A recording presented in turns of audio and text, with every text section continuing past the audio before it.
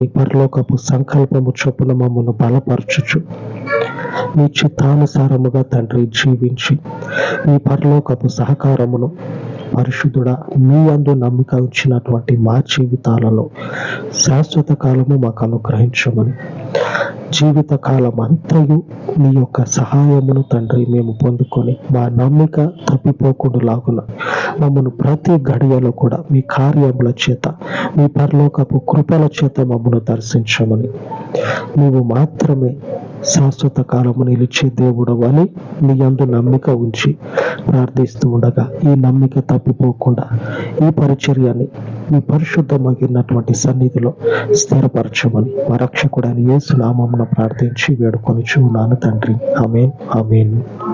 పరిశుద్ధుడైన దేవుని యొక్క కృప నిత్యము మనకు తోడయ్యుండును గాక. ఆమేన్, ఆమేన్.